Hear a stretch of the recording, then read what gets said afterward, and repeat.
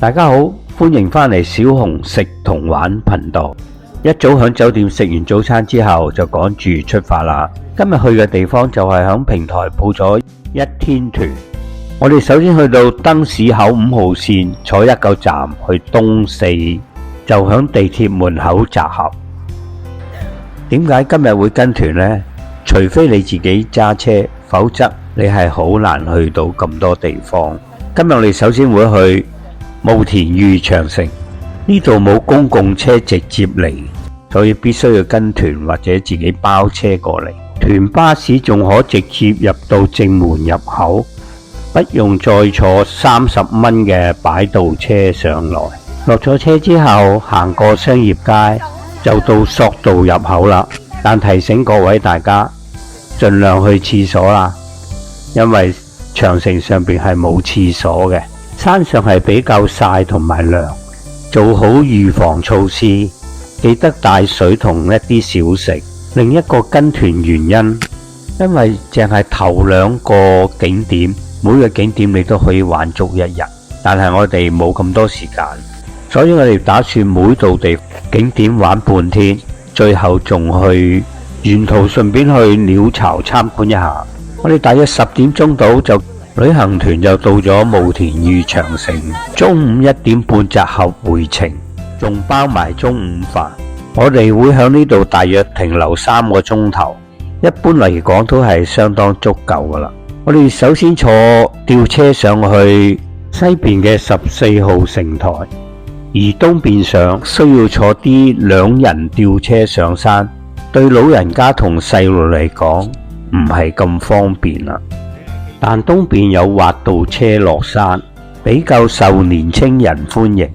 如果你夠體力的話，其實兩邊你都可以玩晒嘅。我哋坐嘅吊車一路望住依山而建嘅長城上山，工程真係好大，何其壯觀。我哋上嚟平台之後，宏偉嘅長城延綿千里。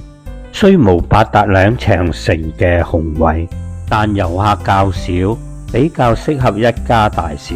一年4季景色各異，景景宜人。慕田峪係明朝起嘅長城，東連古北口，西接居庸關。2000年國家定佢為5A 景區。慕田峪長城最特別嘅地方，佢係兩邊都有堵口牆。堵口牆即是守城士兵能兩邊作戰，可想而知係一個重要嘅戰略地位。雖然話慕田峪比較平坦，但係如果你要上遠啲，亦都相當考驗體力。慕田峪長城全長5400多米，但開放路段只得2000多米，共有1至20號樓台。西邊為14號至20號樓台，19至20號樓台呢段斜坡比較高，行樓梯比較攰，其他尚算平坦好行。長城嘅體驗係輕鬆愉快嘅，步道維修亦都好好。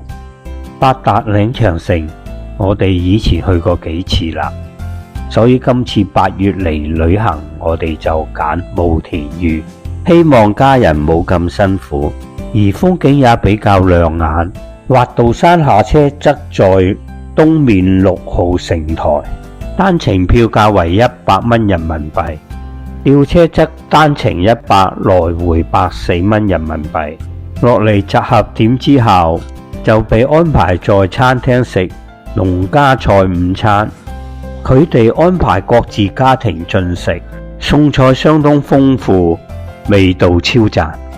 齊人後就乘坐巴士向另一個景點出發，團友們都在車上休息午睡。3點鐘抵達頤和園，導遊會帶我哋同埋講解頤和園嘅歷史同埋景點，大約2個鐘頭。頤和園建於1750年，係清朝皇帝乾隆為其母親甄嬛60歲大壽所建，以杭州西湖為藍本，名為清漪園，後被八國聯軍搶掠燒毀。後來慈禧於1888年花費巨額海軍軍費重修，改名頤和園。我哋就響新建宮門嗰度入去，入到嚟之後冇耐就去到17孔橋，再過南湖島，島在浩大嘅昆明湖上，與17孔橋連接，遙望萬壽山。17孔橋為何17呢？呢啲就係古人嘅智慧啦。意思即係話，邊邊行到中間都係9，9為奇數，代表天子；95之尊，代表皇帝。即係呢條橋係皇帝行，故名17孔橋。跟住我哋坐遊船遊覽呢個昆明湖。由於接近黃昏啦，夏風送爽，暢遊於湖上，極其寫意啊！我哋喺船上可以遠望西堤嗰邊啦。如果沿住西堤行一圈嘅頤和園，大約需要5至8個小時。而家經過嘅就係練橋啦，再跟住就係另一個亭台，而另外一邊就可以望到南湖島嘅閱兵台啦。據聞呢度就係清朝皇帝檢閱水師嘅地方，而對面遙望嘅就係萬壽山啦。慈禧就係攞水軍嘅經費嚟興建嘅地方啦。萬壽山對落嚟就係長堤啦，而行入去就係佛香閣。山上邊就係4大部洲啦。如果各位有體力嘅話，可以上去登高望遠。山後邊就係蘇州街，是為皇家市集，模仿市井交易。我哋喺青玉坊上岸之後，就去參觀一下青玉坊，有青石船，原是明朝元正子放生台，始建於清乾隆20年，全長360米，樓高2層，堪稱中國園林建築，仿之珍品。而行過旁邊就係乾隆皇帝發夢而畫出嚟修建嘅皇家園林，名為畫中遊。做皇帝真好，夢境成真啊！再行過去就係見到美麗嘅長廊啦。頤和園長廊全長728米，中間穿過排雲門，有代表着春夏4季嘅8角亭。共有548條柱，長廊係一條五光十色嘅畫廊，共有14000多幅彩畫，內容多為山水、花鳥及中國古典4大名著嘅情節。每幅彩畫人物栩栩如生，不公有勢，係中國古建築和園林最長嘅步行廊。再過啲就係光緒皇帝被囚禁居住嘅玉蘭堂，西邊靠近慈禧居住嘅樂壽堂。再過一啲就係怡雲館，清朝末期係光緒皇妻子裕隆皇后嘅寢宮。再行過去就仁壽殿啦，呢度就係清朝皇帝辦公及接待外賓嘅地方啦。門口有對龍外，又有對鳳，意味除咗皇帝主政之外，亦有女人參政。殿外有一對頂，據聞由故宮搬過嚟嘅。走馬看花咁睇完之後，我哋又從佢哋嘅正門東宮門出嚟啦。門前兩邊都有個造型生動，象徵皇帝嘅尊貴同威嚴嘅銅獅。離開正門之後，有好多3輪仿古單車俾你乘坐或拍照，亦有頤和園博物館。如果有時間或者興趣，不妨入去參觀一下，更多了解頤和園。跟住導遊就會帶我哋去北京奧運博物館參觀鳥巢。呢度係自由活動時間，領隊不會等候。他們會回去東四散隊。我哋當然會落去參觀下鳥巢同埋水立方啦。可惜今日閉館，只好在外邊參觀一下中國第一個奧運會嘅主場館。鳥巢係為中國2008年夏季奧林匹克運動會所建，佔地面積20.4萬平方公尺。整個體育場係由一系列輻射式門鋼架圍繞碗狀，形成網絡狀嘅架構，外觀如樹枝編織成嘅鳥巢。呢度亦都係2022年冬季奧運會嘅主辦地方，附近綠化地方亦都相當廣闊。跟住我哋就行過去水立方睇下啦。今日佢有開門，65歲以上係免門票。咁入邊有一啲雕塑嘅陳列，應該係臨時嘅展覽館。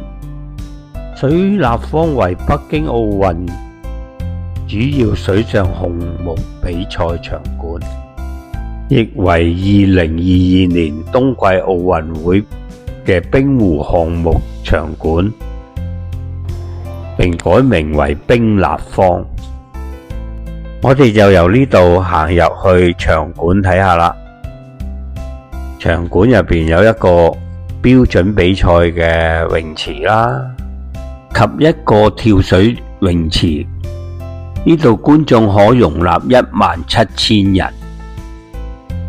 場館以不規則方塊形狀組成，令人有一種水波蕩漾嘅感覺。後期一半則改為水立方嬉水樂園，提供居民炎夏一個好去處。下次夏天嚟北京，記得帶埋泳衣啦。出嚟之後雖然未天黑，但係水立方已經着咗藍燈，更像一個水立方。由於附近場地相當之大，所以沿途亦有啲小火車供人乘坐，方便遊客穿梭各場館。廣場入邊亦都有美食廣場，供遊人休息及進食。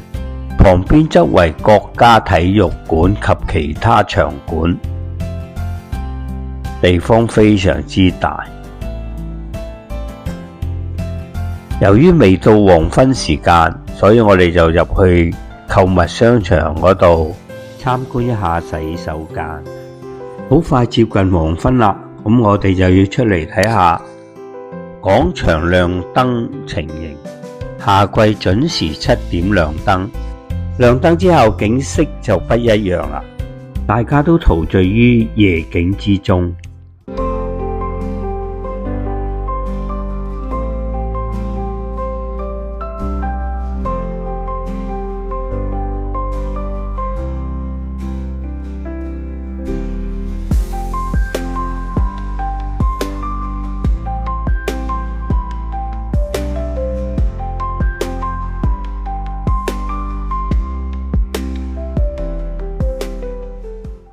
欣賞完燈光秀之後，我哋就響奧林匹克公園地鐵站8號線坐地鐵去金魚胡同站，出王府井大街食飯。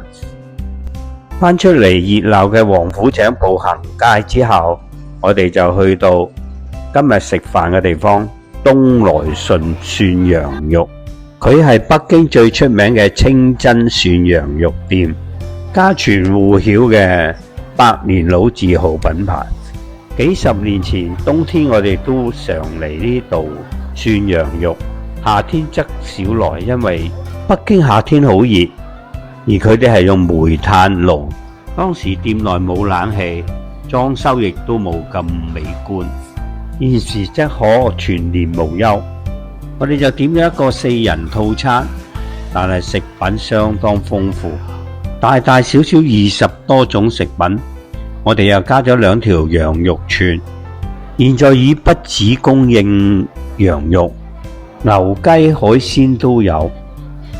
以前只供應羊肉及大白菜，涮羊肉為北京名菜之一。冰寒地凍，大家圍在火爐邊取暖，用滾湯灼肉，混和麻醬、韭菜醬、醬油等為汁，拌以大白菜、香菜、蘿蔔等素菜，手切新鮮羊肉，絕無騷味，鮮味可口。現時加上肥牛等食材，新鮮素菜，手打蝦滑、豆腐製品、各式麵類，各式各樣，已能直追廣東火鍋了。我個人更喜歡佢哋爐邊小燒餅，非常之香脆可口。只可惜不在寒冬，欠缺一種圍爐御寒嘅感覺。最後嚟個驢打滾兼綠豆糕甜點，為今晚嘅晚餐畫上一個完美嘅句號。時間都快到10點啦，但係王府井街依然係咁熱鬧多人。可能我哋食得太飽，毫無睡意，於是跟住大隊響王府井度漫步，享受一下夏日涼風。喺呢度同澳洲嘅生活不一樣，越夜越精彩。時間都快將10點啦，商場仲係燈火通明，人流川流不息，國際品牌進駐，大都會已不再是巴黎、東京、倫敦等專利，大家旅遊又多一個好地方啦。最後漫步回去酒店休息，明天繼續行程。多謝收睇，明天再見，晚安。